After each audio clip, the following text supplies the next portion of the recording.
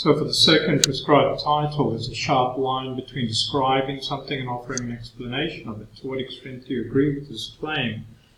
There have been no other requirements by the title in terms of areas of knowledge or ways of knowing, or even the personal and shared knowledge descriptions. So the student can choose from any of those, and personal and shared would be reasonable. However, when we're using describing and explaining, then there should be immediate indications of the IB command terms. So we'll bring those in a second. Overall, the essay strategy could be working towards a definition of these two terms, right? Because it's asking for definitions here. Use the final definitions developed. So there's definitely a useful strategy that probably should be employed, and that's that the entire essay works towards a definition of these two terms. So it's a 1600-word definitional essay, not an essay which starts out by defining the terms in a clear-cut manner, and then using that clear-cut definition to argue a further point. That could be done, most likely, but it's not the approach that suggests itself. Anyway, we could then use the final definitions, which would have been developed towards the end of the essay to support the opinion that the student wishes to argue. And then that's where implications of the definitions would come in. Clearly define describing and explaining, either initially in the essay to establish a fixed definition, and then using this in the context of the student's greater argument, which in turn supports their opinion about the statement given. So you can see that there is a nesting of conceptual layers there, and the outermost layer would be the student's opinion, right? So the student should start out with agreeing or disagreeing to some extent. To agree to some extent or other, is going to set up some vagueness which a higher end student should be careful about, and it might actually be more advisable to have a clear agreement or disagreement. All right, so within that opinion layer, the student could then have an argument about the difference or the interwoven nature between explanation and description. And then within that, there would be support that would be drawn from whichever of the TOK concepts are being employed, either theories of knowledge, examples from the areas of knowledge, the knowledge framework, or personal and shared knowledge. The strong claim in the title, so yeah, there is a strong claim in the title that there is a sharp line, not, and this is strong, okay, so there isn't any vagueness there. That suggests an obvious line of rejecting the severity of this claim and perhaps arguing that there are differences, but there are also lots of overlaps. And that, in fact, the title is making too strong a claim and that there isn't a sharp distinction, but rather a porous relationship or connectedness. And then you would need to go about explaining what porous might mean, or the connected relationship might be referring to. Is it a connection in terms of pragmatic utility that first we describe, and then we use that description to develop an explanation?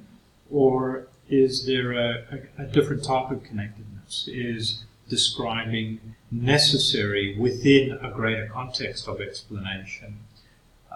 Or the other way around? Do we have reasons or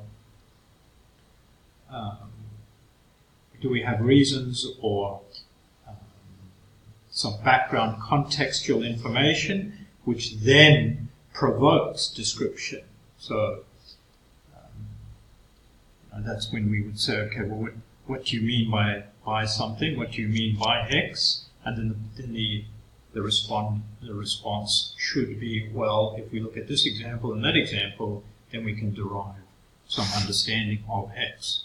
And so you would need to look at the examples first, or you would need to describe first, starting from a shared concrete understanding before you can go to a more abstract explanation.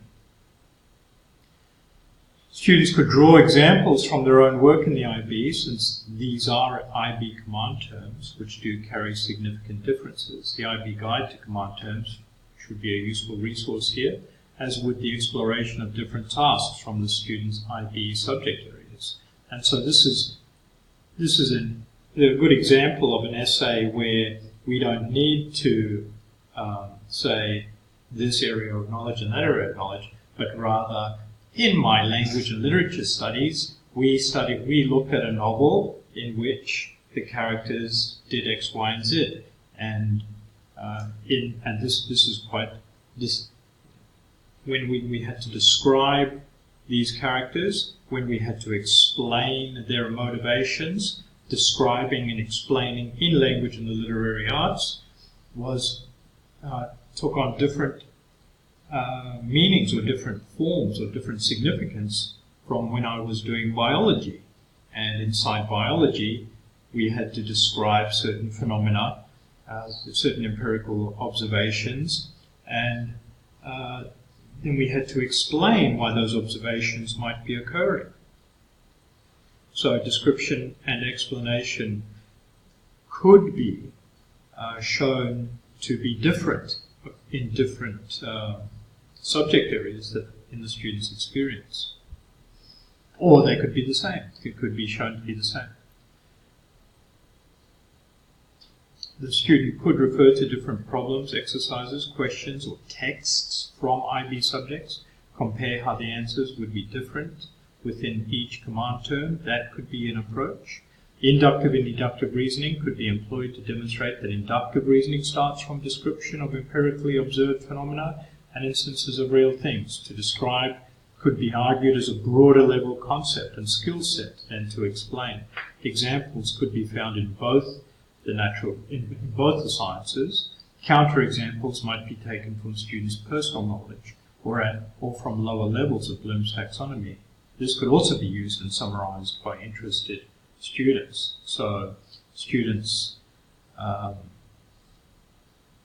could take Bloom's taxonomy and quote from Bloom himself about how the different layers in that taxonomy work. In support of the title, the arts might offer examples of description, while the sciences could be used in demonstrating the significant differences to explanation. If examples were to be drawn from the arts, certainly description seems most obvious, but where would explanation come from in that area of knowledge? And it occurs to me that it would come from the artists themselves. The artist would need to explain what's going on. But then what happens when the artist isn't accessible? Then we're going to get explanations from other experts, art critics, etc.